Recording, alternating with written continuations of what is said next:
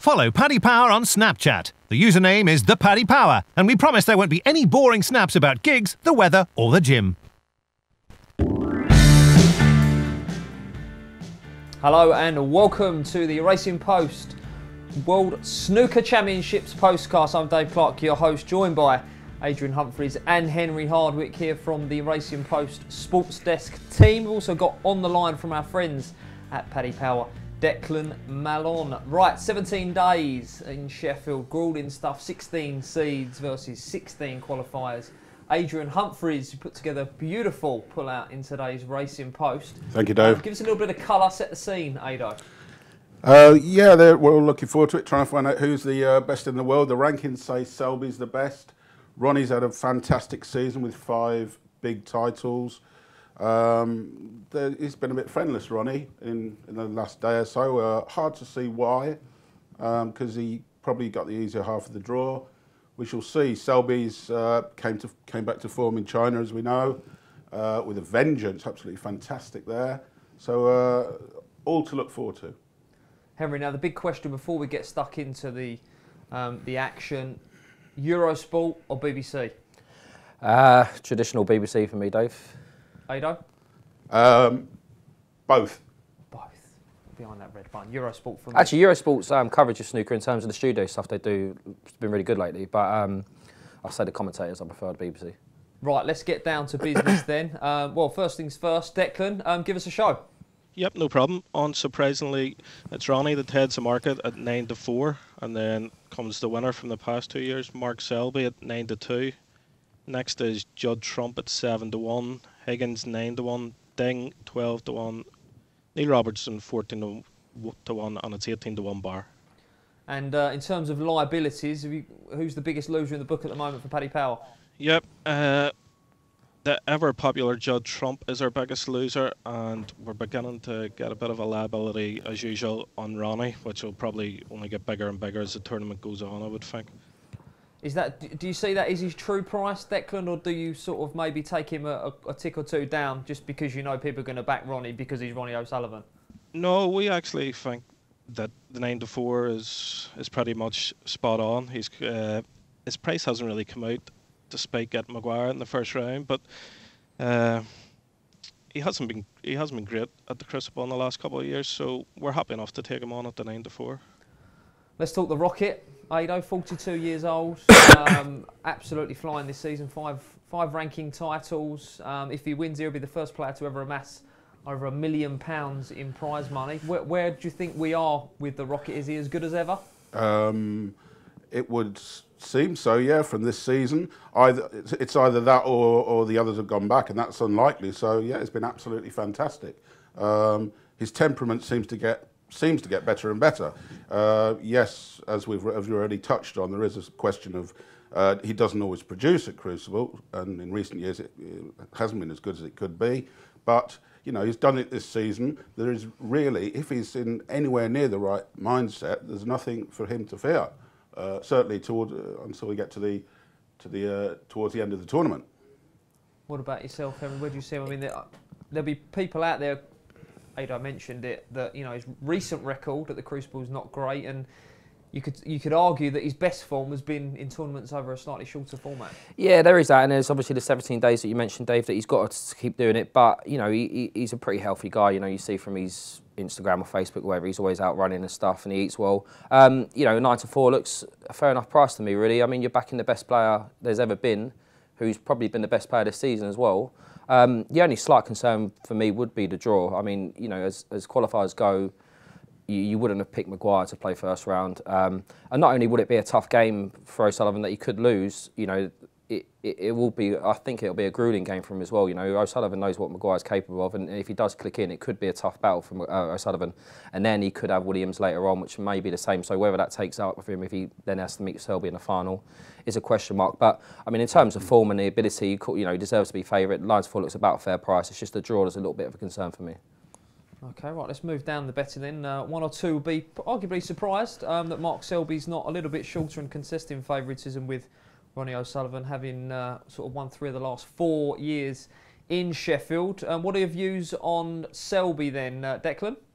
Well, Selby's had a very poor season by his standards up until China, where like I think he was 6-1 before China, but he was that good in China. I think he made 8 or 9 centuries, and I think the market ran scared again, and he went down as short as 3-1 in some places. But after yesterday's draw, he now has a tough first round match against Joe Perry, and then he would have to play Mark Allen. So he's not going to do it the easy way. So he's now back out to 9-2, and I think that's fair enough. We're more than happy to take him on at the 9-2. What do you think about the jester from Leicester Radar? 165 weeks he's been world number 1. That's some feat. He's incredible. I mean, he's for me, he's moved on. He's moved the sport on to the next level. He's become almost. Definitely one of the most complete players there's ever been. I know it's not always been a case, but last season was his turn to dominate, and this year it was Ronnie. But Selby, by being looking fantastic in China, has just reminded everyone how good he is. And his price has come in from around 13-2 to that 9-2. Should he be favourite? Probably not. I think the bookies got it pretty much right because he's in the same half of the draw as John Higgins.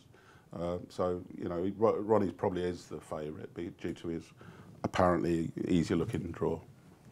Ronnie O'Sullivan, Henry once referred to Selby as the torturer. Perhaps sometimes not the easiest on the eye in terms of his style of playing, but he gets the job done. Yeah. I suppose that's a bit unfair. I mean, it kind of passes you by that he's won sort of throughout the last 4 World Championships, really. I mean, obviously all this Ronnie dominates the build-up, so that does pass you by. The only thing I would say about Selby, if you're going to get him, maybe you'll get him early. I mean, although he's won obviously 3 of the last 4, I mean, Michael White won him close to the side a few years ago. Kurt Mafflin done the same. Even Rob Milkins took quite a few frames off him. So, and Joe Perry is a similar ilk player to those, a decent break builder, where perhaps that probably is the weakest part of Selby's game, which seems strange to say about such a a decorated player. But yeah, if he would get beat, he would get beat early. And like Declan says, he's got Joe Perry first round, maybe Mark Allen. So but you can't really knock his record at Sheffield, can you? Gets the job done. Granite, They call him the Granite Man, Mark Selby. Difficult to beat. Right, Declan, you mentioned that Judd Trump's the biggest loser in the book. Did that deluge of money come yesterday after the draw? No, it's been pretty steady. We were 8-1 before yesterday's draw. He's now 7-1 after getting a fairly handy first round match. But we've been happy to take him on all year because the last couple of years at the Crucible he hasn't produced. He lost in the second round 2 years ago to Ding, and then last year I had him back myself for the outright, and he got beat by McLeod, which is one of the biggest shocks ever at the Crucible, I would imagine. So after that, I couldn't be trusting him at all, especially with the half of the draw he's on. He would have to beat Higgins, he would have to beat Selby, and then it could well be Ronnie in the final. So more than happy to take Trump on. Yeah, if I can just butt in there, Dave. I mean, Trump's record against Wakelin is incredible. Is it 7-0, Henry? I think something like that. Yeah. So, yeah. But Wakelin is really improving at the moment. So fascinating match that. I mean, I actually give Wakelin some sort of a chance, despite that bad head-to-head record. Yeah, I mean, if you're backing Trump, you're backing you couldn't ask for much better than Chris Wakelin and then either Luca Brazil or Ricky Ward in for a spot in the quarterfinals. But someone in the paper today's called him the great pretender, and I think that's quite a good description of him, really. If you're losing to Rory McLeod at the first round of the World Championships, could you have any faith in him, especially at the price he is now?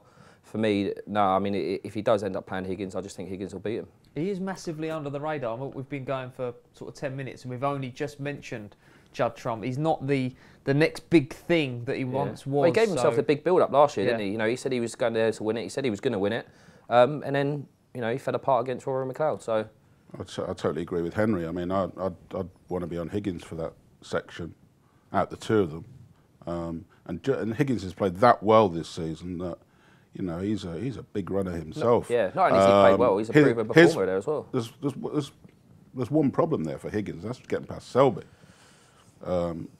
Selby reeled him in last year's final after a 10-4 lead. But there was good money for Higgins last night, and he's a big runner. Ronnie knows it as well. Ronnie knows the dangers. He knows Selby and Higgins are his biggest his biggest threats. And everyone else is an umpty. Oh, so Declan, you mentioned that you didn't rate the chances of Trump. Are there any other players out there hovering around the head of the betting that you're keen to get in the book, get after? I'd be happy enough to take on Neil Robertson at 14-1.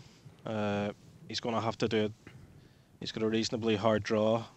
He hasn't been in great form the last couple of years. He would have to more than likely beat Mark Williams in the second round, and then he would have Ronnie in a quarter-final before probably playing Ding in a semi-final. He has had a good season, his best season in a while, but the last few years at the Crucible, he either hasn't qualified or he hasn't made much of an impression. So happy to go best price on him at 22-1 at the minute.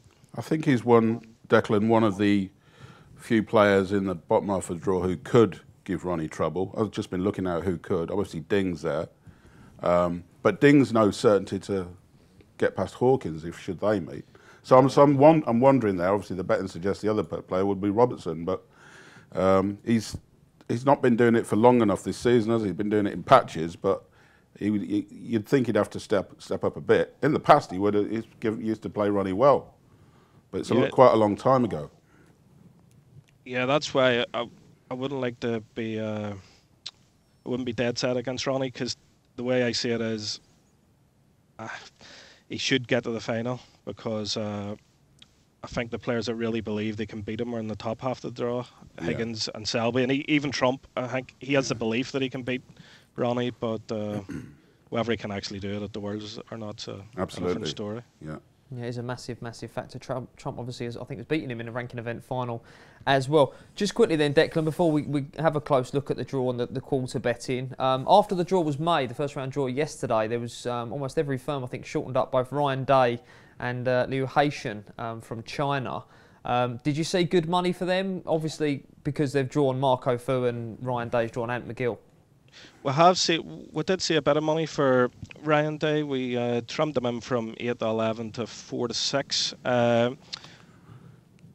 I'd be happy enough to take him on, to be honest. He's had a great last couple of months, but Anthony McGill's got a fair enough record at the Crucible, and I think the long format he's a bit like Selby. It suits him. He's a slow player, and I think he might actually grind that one out. As for Haitian, that match was tough to put a price on, because obviously Marco Fu's had the eye surgery, and he sort of says he's just turning up to see how it goes. It hasn't really improved any, so it's hard to know with that match, to be honest. Yes, tough one. Marco Fu, we've not seen him play for some time, Ado. And looking at the draw, you obviously put up John Higgins to win his quarter in the paper. Put some meat on the bones of that argument. John Higgins winning the quarter. Yeah, I mean, he's played better than Trump this year. Trump's should be doing it. He does it time to time in the sort of year average tournaments. I know he's reached the final, so that's good. Will serve him well. But who beat him? You know, he doesn't do it enough he puts himself under far too much pressure at the Crucible. Similar in a way, similar to Ding, but he doesn't do it enough to let himself get bogged down last year by Rory McLeod. You know, if your aspirations are winning the thing, you've got to find a way to come through that. Now Rory's a bit of an exceptional player. That may not happen for Trump against most players, but you know, the way Higgins has been playing, I'd much rather be with Higgins than Trump. Anything catch the eye, Henry, in the quarter betting? Yeah, I'd agree with Adrian on Higgins in the second quarter. Maybe in the third quarter, Barry Hawkins might be a little bit of value there. I mean, he had a pretty dismal season, really, but he's come back into form recently, last few months. And obviously, Marco Fu's got the issue with his eye. So if he can get past Carrington, he could get past Fu or Hushan. And yeah, I think it'd be a fair enough price. Yeah, have you got quarter betting? I'd like to know what price Hawkins is. Well, I think he's a great bet. He's a Crucible specialist, Declan. Yeah. Yep. Barry Hawkins is 15-8 for his quarter. What about yourself? Anything catch the eye in those markets? I like the look of Mark Allen in quarter one. I think he obviously won the Masters there a few months ago. He's got Highfield in the first round, and then he's obviously got the big match against Selby, which will be tough. But I've got a feeling that Selby could go out quite early this year, so I would take the 5-1 on Allen, and I also like Ding in the third quarter. He's got a good record against Shudong, and I think he'll see that quarter as being there to be won. What do you think you would do against Hawkins, Declan? Any thoughts there? I mean, Barry had him in there in recent times. Yeah, well, that's obviously the tough one, but Hawkins obviously a crucible specialist, but I'd always back Ding against Hawkins, to be honest. Yeah. Is it? You almost feel like you should be beating him, but his tremendous temperament, Barry. And yeah, he's very underrated, to be fair. Started off quite slowly at the Crucible, but in recent years he's been a real threat and involved in that fantastic final with O'Sullivan. It's taken O'Sullivan to stop him, really, isn't it? I mean, if it weren't for O'Sullivan, he probably would have won one by now. Absolutely. Yeah, very much an underrated player is Barry Hawkins. Right now, then, let's get everyone's best bets of that first round. This will not be beaten. Adrian Humphreys? Best bet of the first round is Jamie Jones with a start of 3.5 frames against Sean Murphy. Big Jones fan. He beat Liang Wenbo 10-0 in qualifying. It's when he gets it together, focus and form. I've put he's some player, and he's made the quarterfinals in 2012. Beat Murphy then, and it won't be easy. I mean, he might lose to Murphy, but I can't see him being beaten by much if he loses. Murphy has stepped it up a bit this season, but that should be close. So Jones plus 3.5 for a hugely focused player, really impressive player. Don't like his cue action, not down under the chin and all that, but as a player, it's terrific when he hits for. Henry? Ryan Day against Anthony McGill. Ryan Day, obviously, he's been a top performer for years, and he's had a really good season. You know, finally won some tournaments. And like in my opinion, I think McGill was probably one of the most overrated players in the top 16. I mean, you look at what he does in tournaments, he just doesn't win matches, you know. And then you're betting him because, you know, he's worried a few people out of matches at the Crucible. But I don't see him doing that today. He's got too much experience. I think Day's a better scorer. I think Day can hold his own in terms of the safety, and I think he looks a good price against McGill. Dreadful record in recent years at the Crucible Day, but he's a different animal these days. Yeah, he's more confident. You know, like it must have been a huge relief to finally win a tournament. You know, given the ability he's got, to never done it was would have been troubling him. But he's done it now, and no, it wasn't just one. You know, he's gone on and done it again. He's performed well all season, and I think at the prices, he looks a great bet to me. Okay, I'm going to go with Trump on the handicap minus 4.5, 11-10. With Paddy Power against Chris Wakelin. I think 7 times they've met, and it's 7-0 to Trump. They met in December during the UK Championships, and Trump whitewashed him 6-0 there. So I think we could see some fireworks from the ace in the pack, Judd Trump, in that first round. What about yourself, Declan? I'm going to go for Mark Allen minus 3.5. As I said, he won the Masters in January, and I think it's the best I've ever seen him playing. That'll have lifted a huge amount of pressure off his shoulders, finally winning one of the big three. He's plenty of experience at this stage at the Crucible, and he usually wins his first round match anyway, pretty comfortably, and he's up against Liam Highfield, who very talented, but it's his debut at the Crucible, and it's hard to say what way he's going to react to that. Excellent stuff. Right, stay with us. We're going to head for a quick break for a specials chat. Ronnie O'Sullivan retirement, and of course, everyone's outright picks. Follow Paddy Power on Snapchat. The username is the Paddy Power, and we promise there won't be any boring snaps about gigs, the weather, or the gym. Welcome back to the Racing Post World Championship Snooker Postcast. I'm Dave Clark, joined by colleagues Adrian Humphreys and Henry Hard. We've also got our friend Declan Mallon from Paddy Power on the line. Declan, now I'm sure you've got some weird and wacky markets revolving around Ronnie O'Sullivan. Do enlighten us. As usual regarding Ronnie. Ronnie to retire within 48 hours of his last match at the 2018 Championships. We have that priced at 5-1. Now, he seems to be a lot happier with a snooker at the minute, and there's been less talk about retirement, but you never know with Ronnie, so we've stayed on the short side of that one.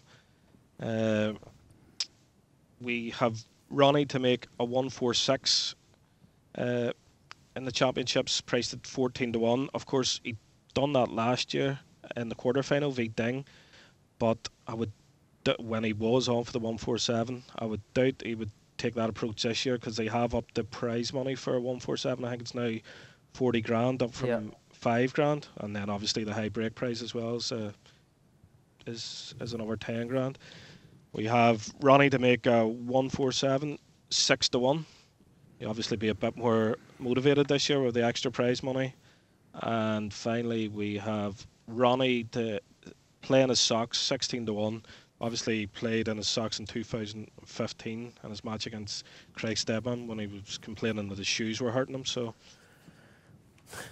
bless him, bless him. You mentioned a 147 6-1 O'Sullivan himself. What about one during the whole tournament?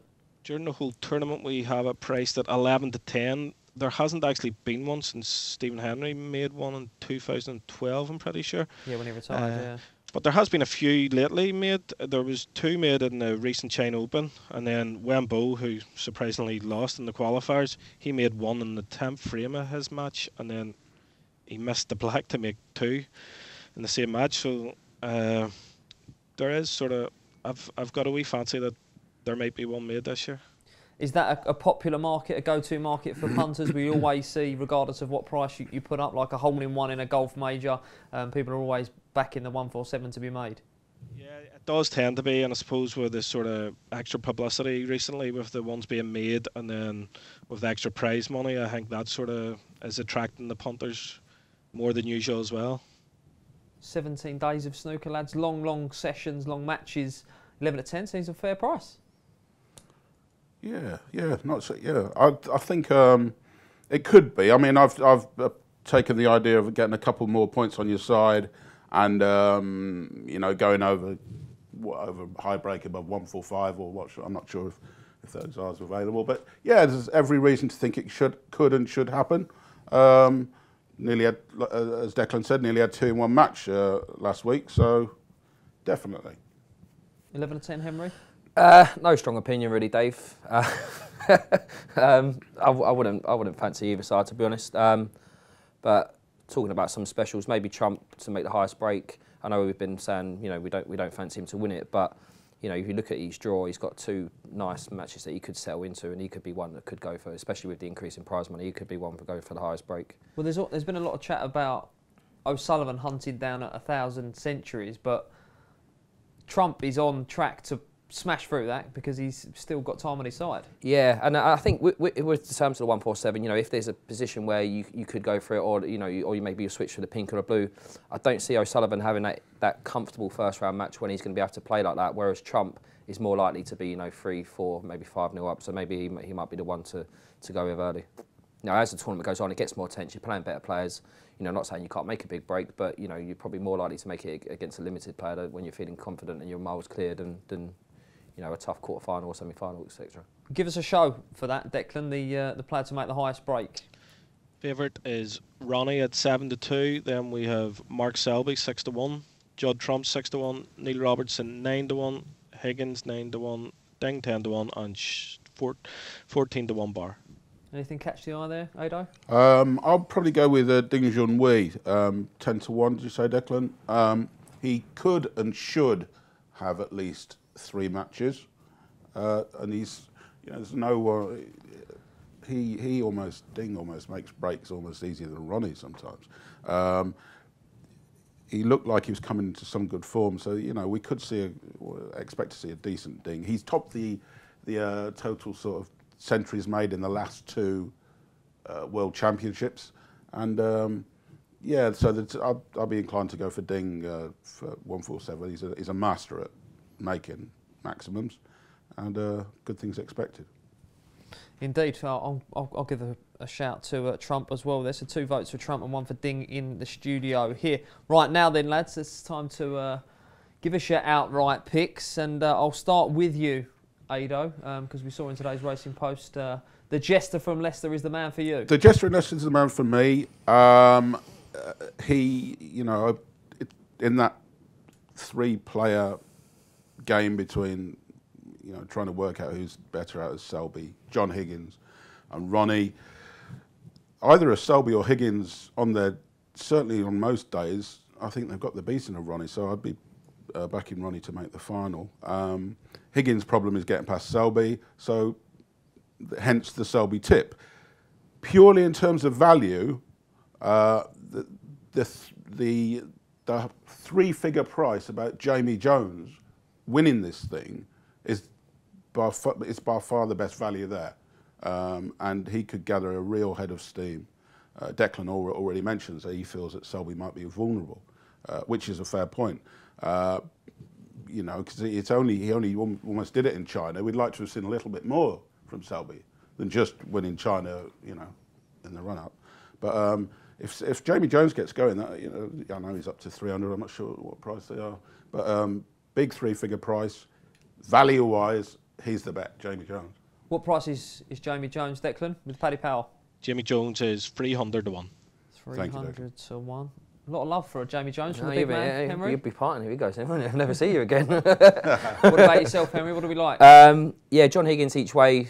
A couple. I'd have John Higgins each way. Not only has he got the pedigree at Sheffield, he's also had a fantastic season. He's looked almost back to his best. It's a funny situation when you've got the old boys that are still performing, really. So Higgins each way in the top half. And the bottom, I'd probably say Mark Williams is a fair price, really. Again, whether it's down to his sight right queuing action or whatever it is, or whether it's just got the confidence and the belief to start winning again. Fantastic season for him. He's playing the best snooker he's played for years. Yeah, he's and he's just a great player. He just finds a way to win frames. He might not be knocking in, but to be fair to him, he has been scoring well this season. Which we don't normally associate with him, but he's been putting in the big breaks. He's obviously putting in a lot more work now. I know he practices with a lot of the young Welsh lads coming up, so that's obviously rubbed on him. He's got more enthusiasm for the game. He's getting the results, and I do think that he believes he could beat O'Sullivan if he comes to play him. And I think at the prices, he looks a good bet to me.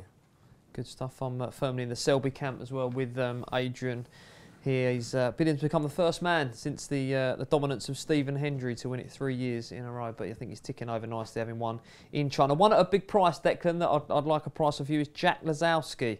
I think he's finally getting his act together. He's promised much. I think he's got a fair draw. I think he's got the beating of Bingham in the first round, and he recently beat Higgins in China as well. So what price is Jack Lazowski? Yeah, Jack Lazowski's 100 to 1. He's been very popular actually. He's been in great form of late. Only a couple of weeks ago, you could have got him as big as 400 to 1 for the Worlds, but he strolled through the qualifiers, and as you say, he had a good chain open, so he'd definitely be a live runner at 100 to 1. Yeah, big price. What about yourself, Declan? Well, I think there's plenty of question marks over the top 2 in the betting, so I'm going to take a chance on Ding at 12 to 1. He's been knocking on the door the last couple of years. 2 years ago, he got to the final. Last year, he got to the semi-final. He sort of gears himself up for the second half of the season. So, as I said earlier, I think that he'll come through his quarter. The only problem is he then likely has to play Ronnie, so I'll be hoping somebody does me a favour and takes Ronnie out before them, but I'll take a chance on Ding at 12 to 1. Excellent stuff. Right, thank you, gentlemen, for your time and expertise. 17 days, gruelling days of snooker awaits in Sheffield. Do look out for our postcast, Football Racing Weekly, and jump on iTunes, rate and review us. Thanks for listening. Follow Paddy Power on Snapchat. The username is ThePaddyPower, and we promise there won't be any boring snaps about gigs, the weather or the gym.